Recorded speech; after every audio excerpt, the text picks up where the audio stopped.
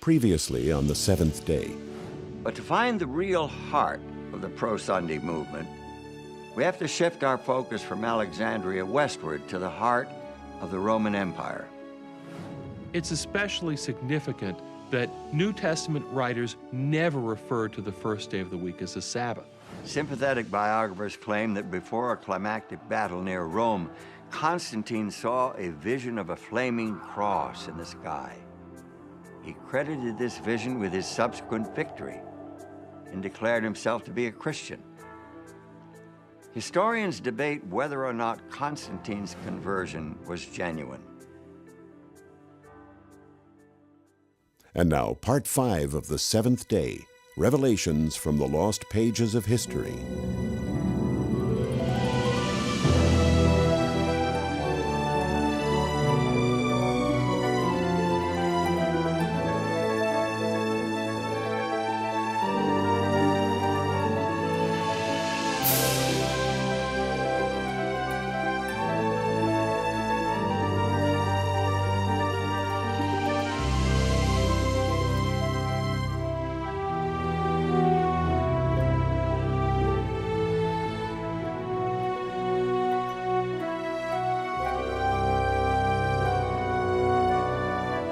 I am Patrick, a sinner most unlearned, the least of all the faithful, and utterly despised by many. My father was Calpurnius, a deacon, son of Potitius, a priest of the village of Banavum, Tabernia. He had a country seat nearby, and there I was taken captive. I was then about 16 years of age. I did not know the true God.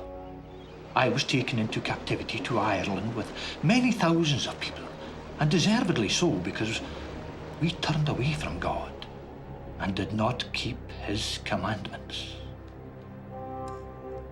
This is a copy of St. Patrick's Confession, the testimony of a man who is often considered the most famous Irishman of all time. But myths and legends often obscure his true identity. Was he a great miracle-working missionary to Ireland? Was he the one who chased the snakes off the Emerald Isle? Who was he, really? We're about to see the St. Patrick of history, quite a different man from the Patrick of legend and tradition. And we'll soon go on to uncover more about the long, drawn-out effort to replace the biblical Sabbath with Sunday as the universal Christian day of worship. Patrick was born in late 4th century Scotland into a Celtic Christian culture. His religion was quite different from the Latin or Roman Christianity that was taking over in other parts of Western Europe. We don't really know who the first Celtic Christians were. We don't seem to know who brought Christianity to them. We're not even certain when all of that began. But what we do know is what they believed, based on the writings of Patrick and the others. And we know that what they believed was based on their understanding of Scripture. Unlike the theologians of Roman Christianity, who appealed more and more to the teachings of church and councils, Celtic teachers stressed the Bible. This loyalty to the Bible is what separated the Celtic Christians from the much larger Roman Christian community. Because the Bible was the foundation of their faith, it was difficult for them to accept the authority of the Roman Church. You see, the Celtic Church grew up beyond the reach of Roman influence. It was rooted in the Sabbath-keeping church that began with Jesus and his apostles back in the 1st century. The background from which the Celtic Christians received their Christianity indicates to us that they were strong believers in what the Scriptures said. They wanted to do what the Bible told them to do. That same background indicates for us that they got their Christianity before Sunday keeping came into vogue. There is nothing in Patrick's works which indicates his acceptance of the teachings of church fathers. He appealed solely to the Scriptures in support of what he believed, practiced, and propagated. So this was Patrick's religion, based on the Bible, faithful to its teachings and obedient to its commandments. This was the religion he was destined to carry to the Irish. Kidnapped by raiders, Patrick and thousands of others found themselves carried off to Ireland to be sold like so much livestock. There he spent 6 long years working for a farmer as a slave. Every day I had to tend sheep, and many times a day I prayed. The love of God and his fear came to me more and more, and my faith was strengthened. And this even when I was staying in the woods and on the mountains, and I used to get up for prayer before daylight, through snow, through frost, through rain. And there one night I heard in my sleep a voice saying to me, "Soon you will go to your own country." And again, after a short while, I heard the voice saying to me, "See, your ship is ready." And it was not near, but at a distance of perhaps 200 miles, and I had never been there, nor did I know a living soul there. And then I took to flight, and I left the man with whom I had stayed for 6 years.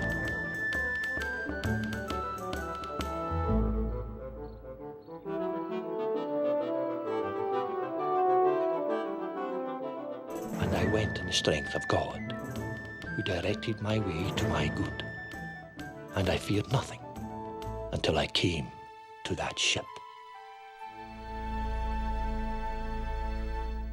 Patrick always believed that his escape from Ireland was directed by a divine hand. His own people received him back with the plea that he never leave them again. But God's plan for Patrick's life was not to be carried out in his homeland. I saw in the night the vision of a man whose name was Victoricus, coming as it were from Ireland with countless letters.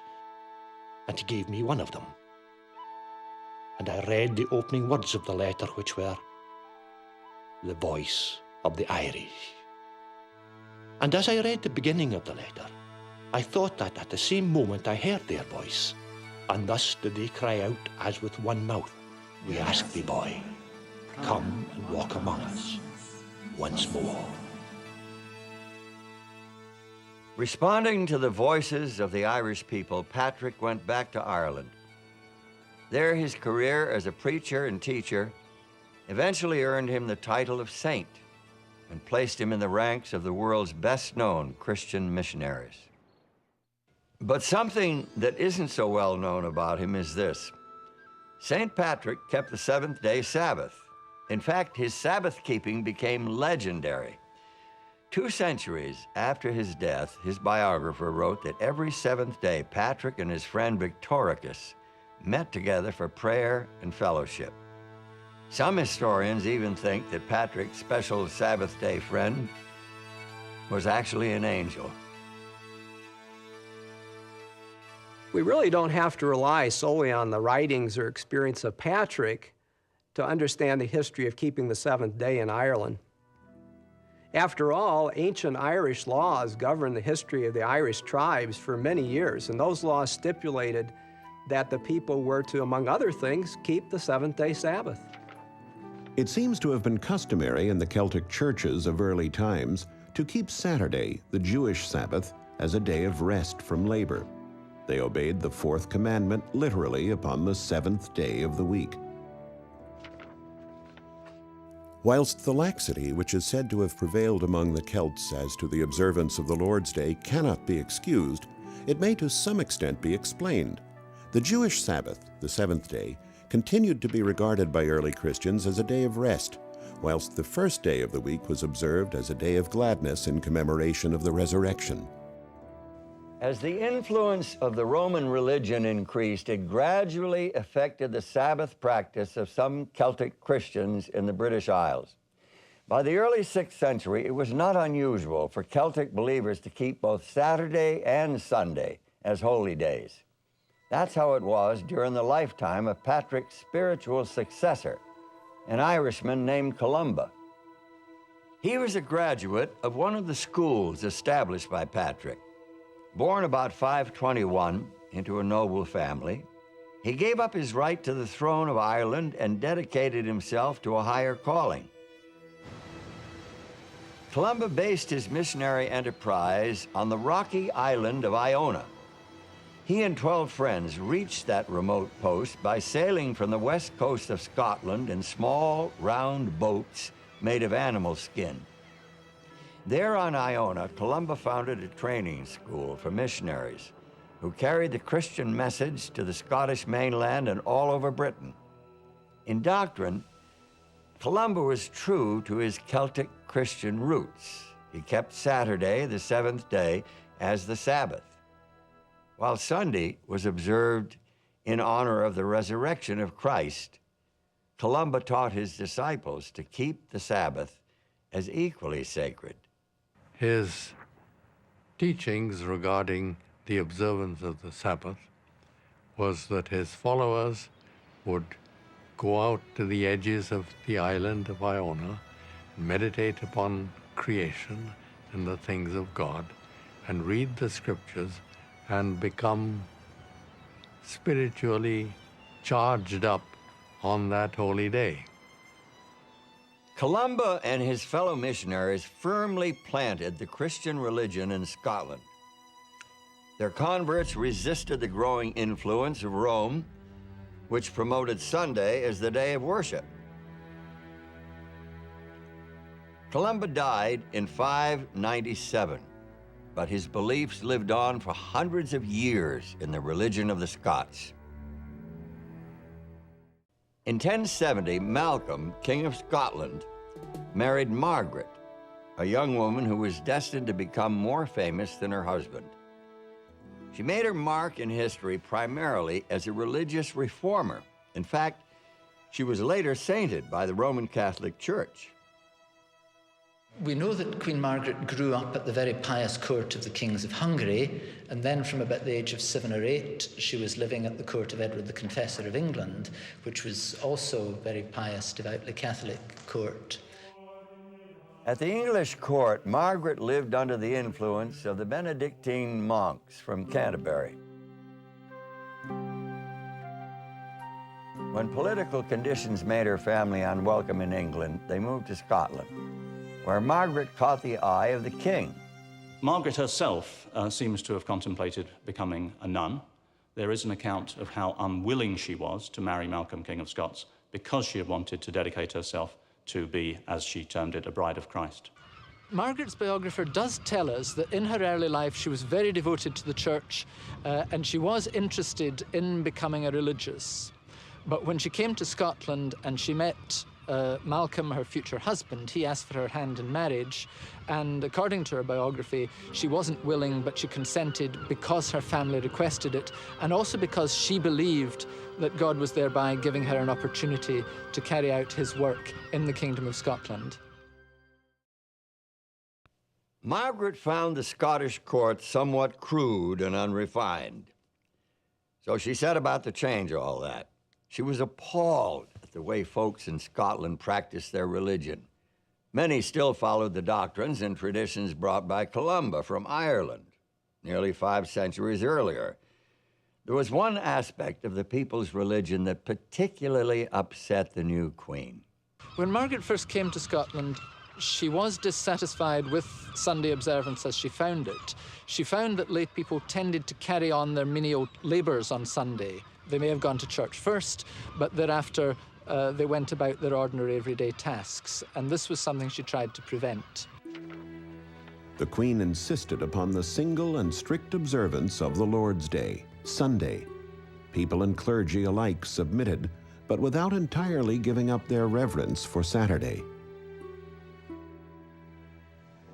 The history of the early Christian centuries reveals a definite anti-Seventh-day Sabbath, pro-Sunday movement, and church documents unmistakably identify the religious establishment at Rome as its nerve center. The Roman drive to replace the seventh-day Sabbath with Sunday got a big boost back in 321 AD. That's the year Constantine ordered state-authorized Sunday observance. Oddly enough, in spite of his professed Christianity, there was very little Christian about his first Sunday law. In fact, it sounds a lot like a call to pagan sun worship. On the venerable day of the sun, let the magistrates and people residing in cities rest, and let all workshops be closed. With a sympathetic emperor on the throne, the leaders of the Roman Church gained power and influence. In their councils, they took bold steps to enforce Sunday observance and to urge desecration of the biblical Sabbath. Some of their actions took on a definite anti-Jewish flavor. Christians must not Judaize by resting on the Sabbath, but must work on that day, rather honoring the Lord's Day, Sunday, and if they can, resting then as Christians. But if any shall be found to be Judaizers, let them be anathema from Christ. These pronouncements against Judaizers referred to those who, like the Jews, refused to work on the Sabbath. Christians who did this were to be excommunicated, kicked out of the church. This extreme position against the Sabbath, combined with a strong pro-Sunday stance, became a pillar of Roman Catholic teaching. The Sabbath to Sunday change became a mark of Roman Catholic or papal authority. In 602, Pope Gregory identified Sabbath keepers with the Antichrist. He called them Judaizers because of their determination to observe the seventh day as a day for rest and worship. It has come to my ears that certain men of perverse spirit have sown among you some things that are wrong and opposed to the holy faith, so as to forbid any work done on the Sabbath day. Christians in the Italian city of Milan dared to openly observe the Sabbath no matter what the leadership in Rome wanted. The Church of Milan followed the churches of the East. It seems the Saturday was held in a fair esteem. They, the churches of the East, came together on the Sabbath day to worship Jesus Christ, the Lord of the Sabbath. Over the centuries, the attempt to establish Sunday as a substitute for the biblical Sabbath was probably only mildly successful. But the campaign was really intensified with a move that threatened to drive a deep wedge between the eastern and western branches of Christianity. This move involved a direct assault on the very nature and purpose of Sabbath observance. What was this direct assault? It was a rule forbidding Christians to eat on the seventh day. In other words, a Sabbath fast. This was an anti-Jewish idea that probably originated with Marcion, a heretic who was kicked out of the church back in the 2nd century. Marcion wanted to discredit the Sabbath because it was an image of creation. For him, creation was an evil deed of an evil God, the God of the Old Testament. He distinguished the God of the Old Testament from the God of the New, the God of love. But the church rejected this because creation was a good deed, and the God of the Old Testament is the same with the God of the New. So he turned a celebratory day into a day of lament, and that was his intention. This is why he introduced the Sabbath fast. In spite of its action against him, the church salvaged his fast idea and used it to make the seventh-day Sabbath unappealing. Now, this was absolutely contrary to what had been taught in Judaism. In Judaism, Sabbath was a day of feasting. In fact, to fast on the Sabbath meant to break the Sabbath. And so this was another way of distancing Christianity from Judaism. Turning the Sabbath day into a day without food was a very effective strategy, especially since the sixth day, Friday, was also a day of fasting for many believers. In a single generation, young Christians grew up with a built-in dislike for the Sabbath, the day of fasting and gloom, and with a corresponding attraction to Sunday, the day of celebration and feasting. It was the church in Rome that championed the fasting on Sabbath and the feasting on Sunday. In fact, in the 4th century, Pope Sylvester said that it was good to do this in contempt of the Jews. If every Sunday is to be observed joyfully by the Christians on account of the resurrection, then every Sabbath on account of the burial is to be regarded in execration of the Jews. In other words, Christians were told to fast on the Sabbath as an expression of their contempt for the Jews, even as an acted-out curse against them. But even this particular anti-Sabbath strategy was only partly successful. Prominent church leaders opposed it. Hippolytus, a 3rd century bishop, felt it was a big mistake. Even today, some order fasting on the Sabbath, of which Christ has not spoken, dishonoring even the gospel of Christ. There is even a report that Augustine, one of the most influential of the Roman Church Fathers, came to the defense of church members who ignored the Sabbath fast. Some fast on Saturday, others do not. Some partake daily of the body and blood of Christ, others receive it on stated days. In regard to these and all other variable observances which may be met anywhere, one is at liberty to comply with them or not as he chooses. And there is no better rule for the wise and serious Christian in this matter than to conform to the practice which he finds prevailing in the church to which it may be his lot to come. For such a custom, if it is clearly not contrary to the faith nor to sound morality, is to be held as a thing indifferent. The leaders in Rome were eventually successful in imposing the Sabbath fast on their followers in the Western world of Christianity. But the same could not be said for what happened in the East. Where the Orthodox influence was strongest, Eastern Christianity resisted this, and their views on the Sabbath were really quite different. Sabbath fasting does not make any sense for the Orthodox, because the Sabbath is the day that marks two great events: the completion of creation and the completion of redemption. So Sabbath is a day of double celebration and could never be associated with fasting and lament. This issue of the Sabbath fast may seem, from our vantage point, like a tempest in a teapot. But it became part of the struggle for power within the church, an East-West tension that would eventually rip the Christian world in two. In 692, the Emperor Justinian II called a church council in Constantinople. A controversial meeting, it's known as the Council in Trullo, named after the palace where the bishops assembled. This was the Eastern Church's big chance to strike a blow against the growing influence of the Pope in Rome. Canon 55 of the Council of Trullo is based on one of the apostolic canons, Canon 64, and several other canons of local councils. The principle that we get out of all these canons is that you cannot fast on a festive day. Sabbath is a festive day. It celebrates two events, the completion of creation, the completion of redemption, so it could never be associated with fasting. Those bishops could write 1,000,000 laws, but they would be nothing but ink on paper without the unanimous approval of the highest officials in the church. So the bishops had to send their canons to Rome for the Pope's signature.